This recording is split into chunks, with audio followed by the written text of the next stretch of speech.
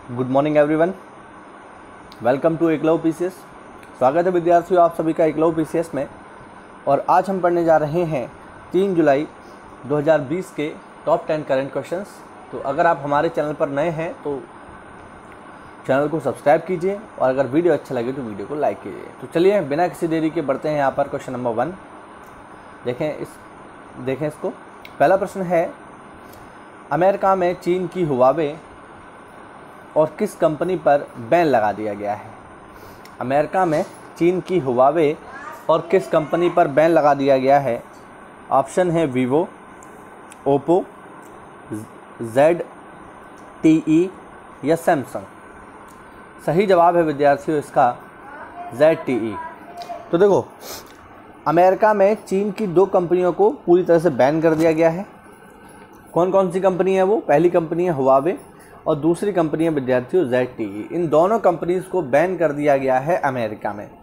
कारण क्या है? तो कारण वही है जिस कारण से भारत में 58 चीनी ऐप्स को टिकटॉक सहित जो है बैन कर दिया गया। वही कारण अमेरिका में है कि इनको बैन करने का, कि ये लोगों का पर्सनल डाटा जो है उसको लीक करके चाइना तक पहुंचाते हैं। तो इसी चीज़ को ध्यान में रखते हुए अमेरिका ने इनको बैन कर दिया है। आप देख सकते हो, भारत के द्वारा चीन के कई मोबाइल ऐप प्रतिबंध लगाए जाने के बाद हाल ही में अमेरिका में चीन की हुआवे और ZTE कंपनी पर बैन लगा दिया है। अमेरिका के फेडरल कम्युनिकेशन कमीशन ने इन कंपनियों को खतरनाक बताया है। देखिए, हुआवे की अगर हम बात करें तो हुआवे एक ऐसी कंपनी है जो कि दुनिया में 5G टेक्नोलॉजी सपोर्ट कराती है, मतलब 5G टेक्नोलॉजी जो है उपलब्ध कराती है दुनिया भर को। तो अमेरिका में भी ये काम कर रही थी, है ना, भारत में भी काम कर रही थी। तो ऐसे में इन सभी कंपनियों को बैन करने की अब जो है कवायद शुरू हो चुकी है दुनिया भर में, और भारत भी इस दिशा में जल्द ही नए कदम उठाएगा। चलिए बढ़ते अगले प्रश्न की ओर। भारतीय एयरटेल की सब्सिडियरी नेक्स्ट्रा डेटा में अमेरिकी निवेश ग्रुप कार्लाइल ने कितने फीसदी हिस्सेदारी लेने की घोषणा की है। भारतीय एयरटेल की सब्सिडियरी नेक्स्ट्रा डेटा में अमेरिकी निवेश ग्रुप कार्लाइल ने कितने फीसदी हिस्सेदारी लेने की घोषणा की है। ऑप्शन 10%, 15%, 25% या 35%। तो मैं आपको बता दूं कि भारतीय एयरटेल की कंपनी नेक्स्ट्रा डेटा का 25% हिस्सेदारी खरीदने की घोषणा की है अमेरिका के कार्लाइल ग्रुप ने। ध्यान रखना, आप देख सकते हो, भारतीय एयरटेल की सब्सिडियरी नेक्स्ट्रा डेटा में अमेरिकी निवेश ग्रुप कार्लाइल ने 25% हिस्सेदारी लेने की घोषणा की है, जिससे एयरटेल कंपनी को करीब 1780 करोड़ रुपए मिलेंगे, जबकि 75% हिस्सेदारी एयरटेल के पास ही बनी रहेगी। तो 25% हिस्सेदारी खरीद लेगी अमेरिका की कार्लाइल, जबकि 75% हिस्सेदारी अभी भी एयरटेल के पास बनी रहेगी। चलिए बढ़े अगले प्रश्न की ओर। भारतीय स्टेट बैंक ने हाल ही में अपने कौन से स्थापना दिवस पर 3 योनो शाखा शुरू करने की घोषणा की। ऑप्शन 55वें, 65वें, 68वें या 72वें। सही जवाब है विद्यार्थियों इसका 65वें। भारतीय स्टेट बैंक ने हाल ही में 65वें स्थापना दिवस पर 3 योनो शाखा शुरू करने की घोषणा की है। बैंक की आने वाले 5 वर्ष में पूरे देश में योनो शाखा खोलने की योजना है। ठीक है, योनो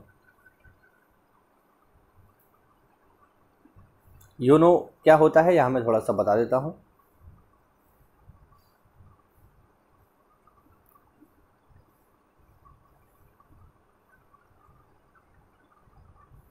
योनो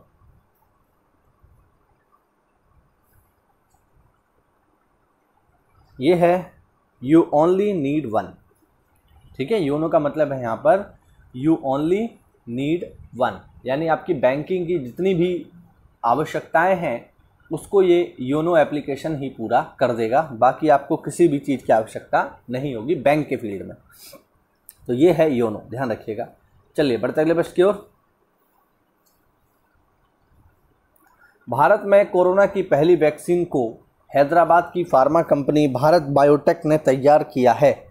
तो क्या नाम है उस कंपनी का जिसको तैयार किया है भारत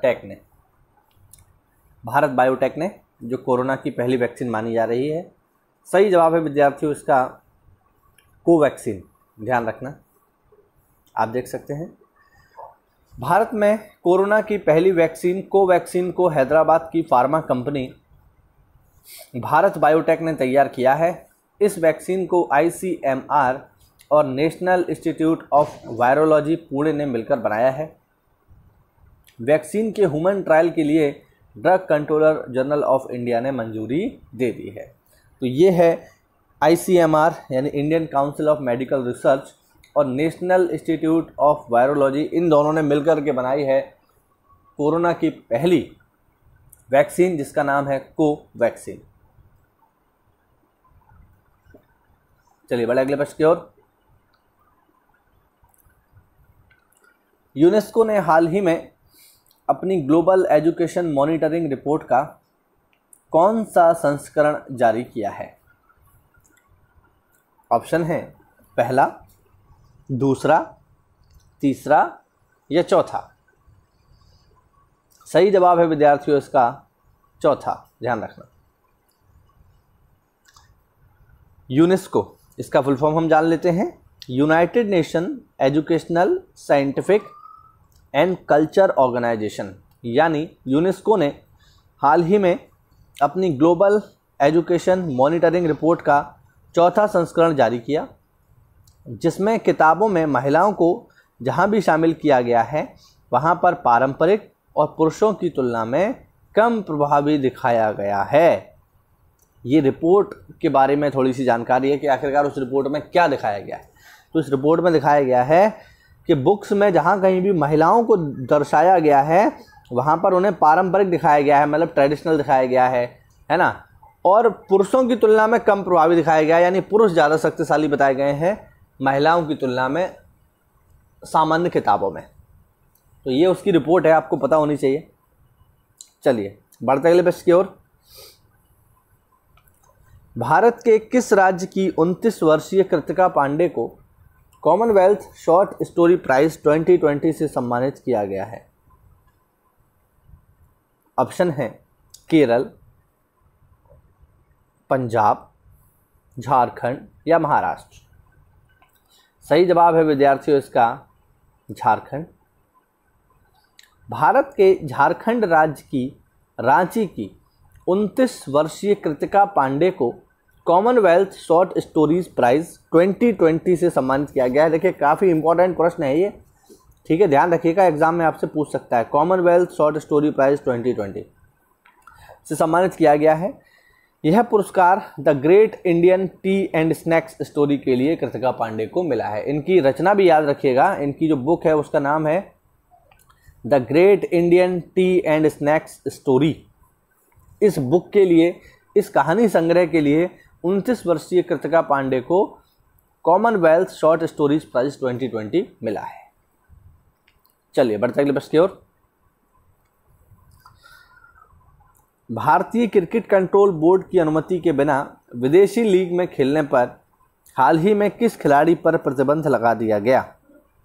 ऑप्शन युवराज सिंह, प्रवीण तांबे, आरपी सिंह या आशीष नेहरा। सही जवाब है विद्यार्थियों इसका प्रवीण तांबे। भारतीय क्रिकेट कंट्रोल बोर्ड की अनुमति के बिना विदेशी लीग में खेलने पर हाल ही में प्रवीण तांबे पर प्रतिबंध लगाया गया है। वे IPL में बैन किए जाने के बाद विदेशी लीग में खेलने की अनुमति चाहते थे, लेकिन बोर्ड ने मना कर दिया, लेकिन वो फिर भी खेले और अब उन पर बैन लगा दिया गया।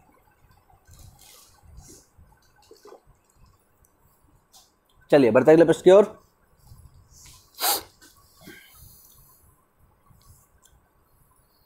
सेबी ने बेकॉन्स इंडस्ट्रीज पर GDR के नियमों का उल्लंघन करने के मामले में 2 लोगों पर कितने करोड़ रुपए का जुर्माना लगाया है? ऑप्शन 1.20 करोड़ रुपए, 2.20 करोड़ रुपए, 3.20 करोड़ रुपए या 4.20 करोड़ रुपए। तो ये जुर्माना है 1.20 यानी 1.20 करोड़ रुपए का जुर्माना लगाया है सेबी ने। किस किस पर लगाया है ये भी देख लेते हैं। तो ये जो जुर्माना लगा है विद्यार्थियों, ये लगा है गुरमीत सिंह पर 1 करोड़ रुपए तथा IS सुखीजा इन पर 20 लाख रुपए। तो टोटल कितना हो जाता है 1.20 करोड़। तो ये इन 2 लोगों पर लगाया है सेबी ने जुर्माना बाजार नियमों का उल्लंघन करने के मामले पर। चलिए बढ़ते अगले प्रश्न की ओर। दिल्ली के पूर्व क्रिकेटर संजय डोभाल का हाल ही में कितने वर्ष की उम्र में कोरोना वायरस से निधन हो गया? ऑप्शन 43, 53, 68 या 78। सही जवाब है इसका 53 वर्ष की आयु में। चलिए बढ़ते अगले प्रश्न की ओर। इनमें से किस देश की सेना ने हाल ही में इतिहास की पहली महिला लेफ्टिनेंट जनरल की नियुक्ति की? ऑप्शन ऑस्ट्रेलियाई सेना, जापानी सेना, पाकिस्तानी सेना या अफगानी सेना। सही जवाब है विद्यार्थियों इसका पाकिस्तानी सेना। अब देख सकते हैं पाकिस्तानी सेना ने हाल ही में इतिहास की पहली महिला लेफ्टिनेंट जनरल की नियुक्ति की है। पाकिस्तानी सेना ने हाल ही में मेडिकल कोर के साथ संबंध मेजर जनरल निगार जौहर को लेफ्टिनेंट जनरल के रूप में नियुक्त किया। ये इंपॉर्टेंट बात है, इनका नाम याद रखिएगा, निगार जौहर। और ये बनी है पाकिस्तानी सेना में पहली महिला लेफ्टिनेंट जनरल। ठीक है, काफ़ी इंपॉर्टेंट है, नाम याद रखिएगा, निगार जौहर और पाकिस्तानी सेना की पहली महिला लेफ्टिनेंट जनरल ये बनी। चलिए बढ़ते अगले प्रश्न की ओर। हाल ही में किस राज्य सरकार के द्वारा हमारा घर हमारा विद्यालय अभियान शुरू किया गया? कौन सी गवर्नमेंट ने हमारा घर हमारा विद्यालय अभियान शुरू किया? ऑप्शन यूपी, केरल, मध्य प्रदेश या इनमें से कोई नहीं। सही जवाब है इसका मध्य प्रदेश। मध्य प्रदेश सरकार ने बच्चों को घर पर ही विद्यालय जैसा वातावरण देने के लिए हमारा घर हमारा विद्यालय अभियान शुरू किया है। और आज के लिए अंतिम प्रश्न। हाल ही में 36वां आसियान शिखर सम्मेलन कहाँ आयोजित हुआ? हाल ही में 36वां आसियान शिखर सम्मेलन कहाँ आयोजित हुआ? ऑप्शन वियतनाम, इंडोनेशिया, सिंगापुर या इनमें से कोई नहीं। सही जवाब है इसका वियतनाम। हाल ही में 36वां आसियान शिखर सम्मेलन वियतनाम की राजधानी में हुआ। यह 2 साल में होता है। आसियान का पूरा नाम है association of south east nation. इसकी स्थापना 1967 में हुई थी। आप में से कोई मुझे बता सकता है कि आसियान में कुल देशों की संख्या कितनी है? जिसको भी सवाल का जवाब पता हो वो कमेंट बॉक्स में बताएं कि आसियान में देशों की संख्या कितनी है, कुल कितने कंट्रीज शामिल हैं आसियान में। ठीक है, ये आप मुझे कमेंट बॉक्स में बताएंगे।